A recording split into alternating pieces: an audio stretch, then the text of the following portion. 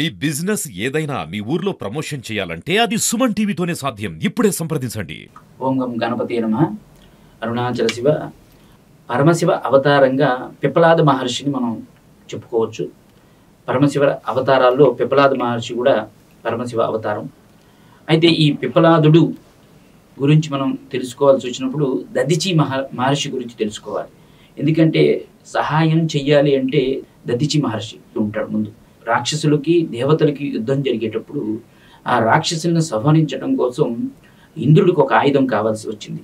ఆ ఆయుధం దదిచి మహర్షి యొక్క వెన్నెముక నుంచి తయారు చేయాల్సి వచ్చినప్పుడు ఆ దదిచి మహర్షి తను చనిపోతానని తెలిసి కూడా వెన్నెముకని ఇవ్వటం కోసం తను చనిపోయి వెన్నెముక నుంచి ఆయుధం తయారు చేయించి ఆ యొక్క ఇంద్రుడికి అందజేసి ఆ ఇంద్రుడి ద్వారా ఆ రాక్షసుల్ని అంతమొందించాడు దదిచి మహర్షి. అటువంటి దదిచి మహర్షి యొక్క పుత్రుడే ఈ పిప్పలాద మహర్షి. ఈ పిప్పలాదుడు ఆ చిన్నతనంలో 3వ సంవత్సరంలోనే ఇది జరిగింది. దదిచి మహర్షి యొక్క భార్య తన యొక్క భర్త యొక్క వియోగాన్ని తట్టుకోలేక ఆమె ఏం చేసిందంటే తను కూడా ఆత్మార్పణం చేసుకుంది. అది చేసుకునేటప్పుడు ఈ పిప్పలాదుడు 3వ సంవత్సరంలో ఉన్నటువంటి పిప్పలాదుడిని ఒక రావి చెట్టు త్వరలో ఉంచేసి తను ఆత్మార్పణం చేసుకుంది. ఆ పిప్పలాదుడు ఆ రావి చెట్టు త్వరలోనే ఉంటూ ఆ రావి చెట్టు యొక్క పళ్ళును స్వీకరిస్తూ దార్తితోటి అలంటిస్తూ ఉండేవాడు. అలా ఉన్న కొద్ది రోజుల్లో ఆ నారద మహర్షి అలా వెళ్తూ బాలుడిని చూశాడనమాట. ఆ బాలుడికి ఇంక పేరు కూడా పెట్టలేదు.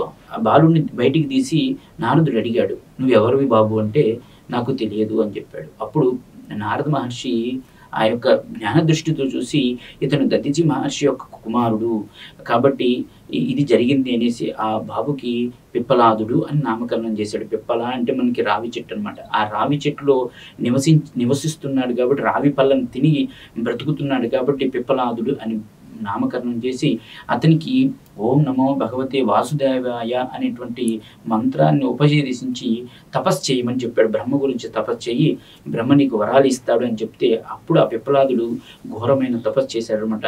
ఘోరమైన తపస్సు చేసినప్పుడు నారదుడు చెప్తాడు, "నాయన నీ జాతక చక్రంలో శని ప్రభావం చేత నీకు ఈ విధంగా జరిగింది కాబట్టి ఆ శని నుంచి వీటన్నిటి నుంచి తప్పించుకోవాలంటే నువ్వు బ్రహ్మ గురించి తపస్సు చేయమని చెప్పాడంట. చెప్తే అప్పుడు బ్రహ్మ గురించి తీవ్రమైన తపస్సు చేస్తాడు పిప్పలాదుడు. అప్పుడు బ్రహ్మ ప్రత్యక్షమై పిప్పలాదుడిని వరం ఏం కావాలని కోరుకోమంటే అప్పుడు పిప్పలాదుడు చెప్తాడు, "నేను దేన్నైతే తీక్షణంగా చూస్తానో అది భస్మం అయ్యేటట్లుగా నాకు వరం ఇవ్వండి" అని అడుగుతాడు. అప్పుడు బ్రహ్మ ఈ యొక్క బాలుడి యొక్క తపస్సును మెచ్చి ఆ వరం ఇస్తాడు. అప్పుడు ఆ పిప్పలాదుడు ఏం చేస్తాడంటే ఆ యొక్క శనిగ్రహం ఎటువైపు ఉందో ఆ శనిగ్రహం వైపు తీక్షణంగా చూస్తాడు.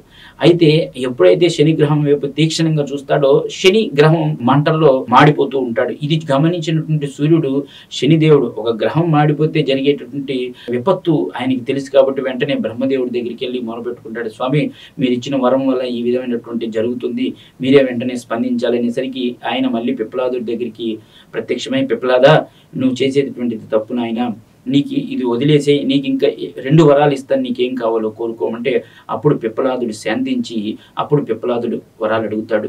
ఆ పిప్పలాదుడు అడిగిన వరాలే ఇప్పుడు మనకి శని ప్రభావం నుంచి ఏలినాటి శని, అర్ధాష్టమ శని వీటన్నిటి నుంచి తప్పించుకోవటానికి పిప్పలాదు మహర్షి మనకి వరాన్ని ఇచ్చినట్లే లెక్క.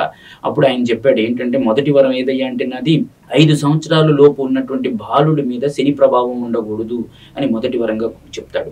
రెండో వరం ఏం చెప్తాడంటే నేను ఇన్ని రోజులు నేను రావి చెట్టు నీడలో రావి పళ్ళు తింటూ బ్రతికాను కాబట్టి ఎవరైతే ఆ రావి చెట్టుకి సూర్యోదయం లోపుటే నీళ్లు పోస్తారో వారికి ఏలినాటి శని కానీ అర్ధాష్టమ శని కానీ అష్టమ శని కానీ ఏదున్నా పోవాలి అని పిప్పలాదుడు వరం అడుగుతాడు.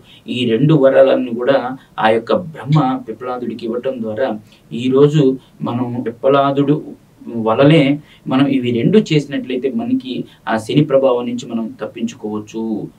అలాగే ప్రశ్నోపనిషత్ అనేటువంటి గ్రంథాన్ని రాసిన వాడు కూడా పిప్పలాదుడే. దీని ద్వారా మనం ఆ పిప్పలాదుడు మన యొక్క భారతావనికి ఎంతో మేలు చేశాడు.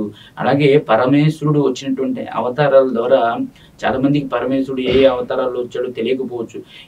తెలుసుకున్నాక అర్థమవుతుంది. పరమేశ్వరుడు కూడా విష్ణుమూర్తి లాగా ఆ కష్టం వచ్చినప్పుడు ఎన్నో అవతారాలు ఎత్తి భారతావనికి ఆయన సహాయం చేసిన వాడు పరమేశ్వరుడు. పిప్పలాద మహర్షి వల్ల మనకు వచ్చినటువంటి భారతావనికి వచ్చినటువంటి ఉపయోగాలు ఏమయ్యాయంటే ఎప్పుడైతే పిప్పలాద మహర్షి తన కంటి ద్వారా తీక్షణమైన దృష్టితోటి ఆ శని గ్రహాన్ని మండేటట్టు చేశాడో దాని ద్వారా ఏమవుతుందంటే శని యొక్క కాళ్ళు రెండు కూడా మండిపోయి నల్లగా మారిపోతాయి అన్నమాట. శనిదేవుడు కూడా నల్లగా మారిపోవటం ద్వారా, అందుకే ఆ నల్లని వస్త్రం ఆయనకి సమర్పించడం ద్వారా శని దోషాన్ని కూడా పోగొట్టుకోవచ్చు. అలాగే ఈ పిప్లాద మహర్షి రచించినటువంటి ఈ శని స్తోత్రాన్ని ఎవరైతే పఠిస్తారో శనివారం రోజు పఠించాలి. అలాగే శనివారం రోజు పిప్లాద మహర్షిని గుర్తు తెచ్చుకోవాలి. ఎవరైతే శనివారం రోజు ఈ పిప్లాద మహర్షి రచించినటువంటి శని స్తోత్రాన్ని కానీ ఆ పిప్లాద మహర్షిని కానీ గుర్తు తెచ్చుకుంటారో వారికి తప్పకుండా ఆ ఏలినాటి శని కానీ, అర్ధాష్టమ శని కానీ, అష్టమ శని ప్రభావం తగ్గుతుంది.